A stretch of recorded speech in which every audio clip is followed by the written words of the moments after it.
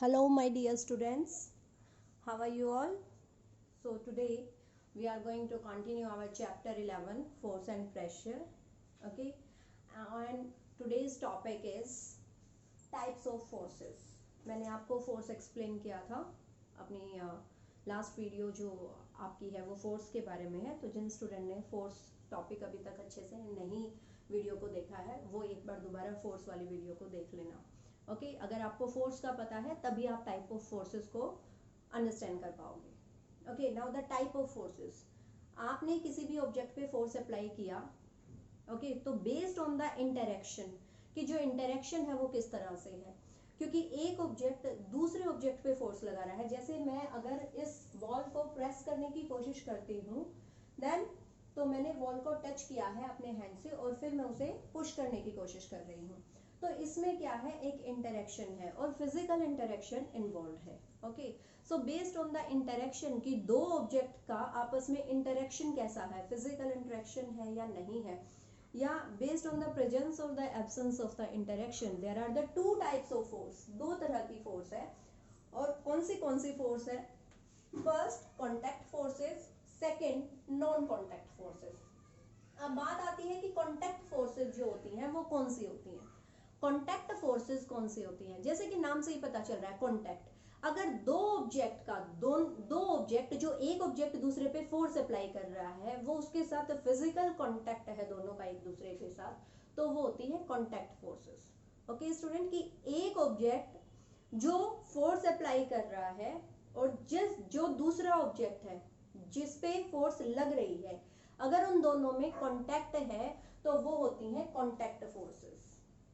Okay तो contact forces में हमारे पास फर्स्ट आती है muscular force and second one is the frictional force. Now what is the muscular force? Muscular forces कौन सी होती हैं? मस्कुलर फोर्सेस कौन सी होती है? जो हम मसल से अप्लाई करते हैं, that forces are known as the muscular forces. Okay कि लाइक हम साइकिलिंग कर रहे हैं, ठीक है, तो हम क्या कर रहे हैं? मस्कुलर फोर्स अप्लाई कर रहे हैं.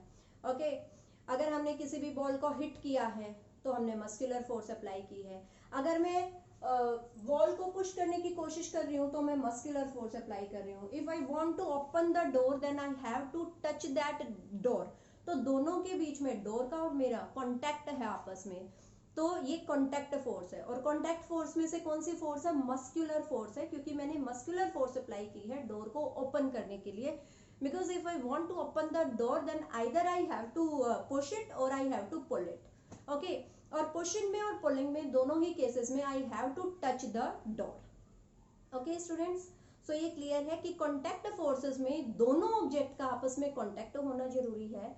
दूसरा कि contact तो है ही है, अब contact में भी कौन से type की force है? frictional है या muscular है. तो अगर हम muscle से अपनी force apply कर रहे हैं that is the muscular force.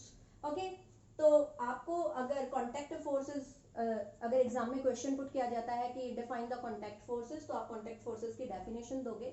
Okay कि when the both objects are in contact with each other, कि one object is applying the force on the another and the effect of the force is appear on the other object which is in contact with the object.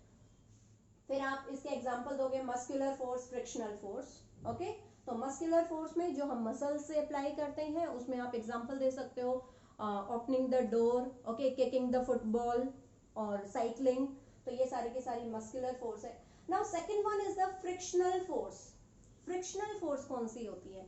Frictional forces वो forces होती हैं जो moving object पे लगती हैं हमेशा. Frictional forces are the forces which oppose the motion of the object. ठीक है, and frictional forces are always applied by the surface. जिस सरफेस पे मूविंग ऑब्जेक्ट मूव कर रहा है, ठीक है, कोई भी ऑब्जेक्ट जो मूव कर रहा है तो ऑब्वियसली वो सरफेस पे ही मूव कर रहा है. तो वो जिस सरफेस पे मूव कर रहा है, सरफेस एक उसके मोशन को अपोज करने के लिए एक फोर्स डेवलप करता है, वो फोर्स होती है फ्रिक्शनल फोर्स. ओके कि अगर मैंने बॉल इधर जा रही है, मैंने बॉल को किक कर दिया और बॉल का मोशन इधर है, तो बॉल थोड़ी दूर तो जाएगी लेकिन उसके बाद वो अपने आप स्टॉप हो जाएगी. तो वो जो स्टॉप हो जाती है वो किसकी वजह से होती है? फ्रिक्शनल फोर्स की वजह से.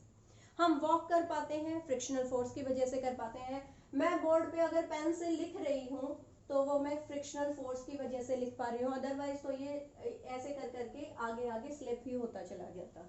ठीक है, so this is the frictional force जो मोशन को अपोज करती है, क्योंकि मैं पेन से अगर लिखना चाहती हूँ तो ये मोशन में है, और अगर मोशन को फ्रिक्शनल फोर्स अपोज ना करे तो वो आगे आगे आगे आगे कंटिन्यू ही होता रहेगा। Okay, so that is the frictional force.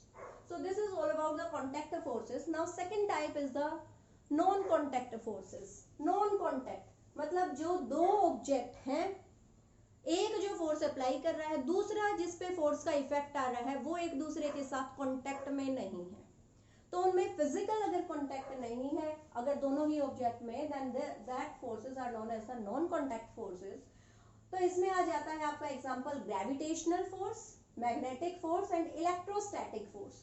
Gravitational forces कौन सी होती है कि अर्थ अपनी तरफ हर ऑब्जेक्ट को अट्रैक्ट करता है। ओके, कि अगर मान लो मेरे हाथ में ये मार्कर है और मैंने इसे क्या किया, ऊपर की तरफ उछाल दिया, तो ये नीचे आ रहा है। तो ये नीचे जो जा रहा है वो किस वजह से जा रहा है? Due to the gravitational attraction of earth. Earth हर चीज को अपनी तरफ अट्रैक्ट कर रही है, लेकिन क्या अर्थ में और इसमें, ये जो मेरे हाथ में मार्कर है, क्या इनमें कोई फिजिकल कांटेक्ट है? नहीं है, लेकिन अर्थ फिर भी हर चीज को अपनी तरफ अट्रैक्ट करती है। तो ये नॉन कांटेक्ट फोर्सेस है। Okay, now second is the magnetic force. Magnetic force किसकी वजह से होती है? ड्यू टू द मैग्नेट्स और द करंट कैरिंग कंडक्टर। तो आपने देखा होगा कि अगर हम मैग्नेट को कहीं पर भी रख देते हैं, अगर सपोज मैंने यहाँ पर मैग्नेट को रख दिया और सपोज ये इसका नॉर्थ पोल है, ये साउथ पोल है, और यहाँ पर मैंने क्या किया, आयरन पीस इसके पास आ गया है या आयरन नेल इसके पास आ गई है, तो यहाँ से ये इसके अगर कांटेक्ट में, अगर इसके मैग्नेटिक फील्ड में नहीं आ रही है तो ये इसे अट्रैक्ट नहीं करेगा, लेकिन जैसे ही ये यहाँ आ जाएगी इसके पास, तो इनके बीच में गैप है, स्टिल ये इसे अपनी तरफ अट्रैक्ट कर लेता है। Okay, so there is a gap between the objects, that is the magnet, कि अगर ये मैंने रेक्टेंगुलर शेप की मैग्नेट रखी हुई है और यहाँ पर आयरन फिलिंग पड़ी हुई है, तो ये इनको अपनी तरफ अट्रैक्ट कर लेता है, जबकि इनके बीच में कोई कांटेक्ट नहीं था। तो ये क्या है? Magnetic forces. तो मैग्नेटिक फोर्सेस भी जो है वो क्या है? नॉन कांटेक्ट फोर्सेस है। सिमिलरली जो इलेक्ट्रोस्टैटिक फोर्सेस है, जिसमें क्या होता है, चार्ज डेवलप हो जाता है, तो वो भी आपके पास नॉन कांटेक्ट फोर्सेस है। इसमें भी दोनों ऑब्जेक्ट्स के बीच में जो एक अपनी तरफ अट्रैक्ट करेगा और दूसरा जो अट्रैक्ट हो रहा है, उनके बीच में कोई फिजिकल कांटेक्ट नहीं है।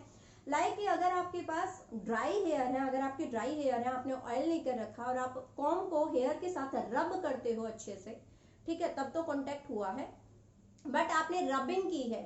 ओके, जब रबिंग की तो कॉम चार्ज हो गया, और अब अगर आप उसके पास स्मॉल पीसेस ऑफ पेपर लेके आओगे तो कॉम उन्हें अपनी तरफ अट्रैक्ट कर लेगा। ऐसे नहीं कि पेपर का आप उनके साथ कांटेक्ट करवाओगे, वो दूर से ही अपनी तरफ अट्रैक्ट कर लेगा। This is the electrostatic force. So these forces, the gravitational force, magnetic force and electrostatic forces are the non-contact forces, and the muscular force and frictional forces are the contact forces. Okay students, so आपको ये video carefully देखनी है, सुननी है, उसके बाद you have to go through the same topic from your book, and if you find any query then you can message me personally and you can call me. Okay, bye, stay safe.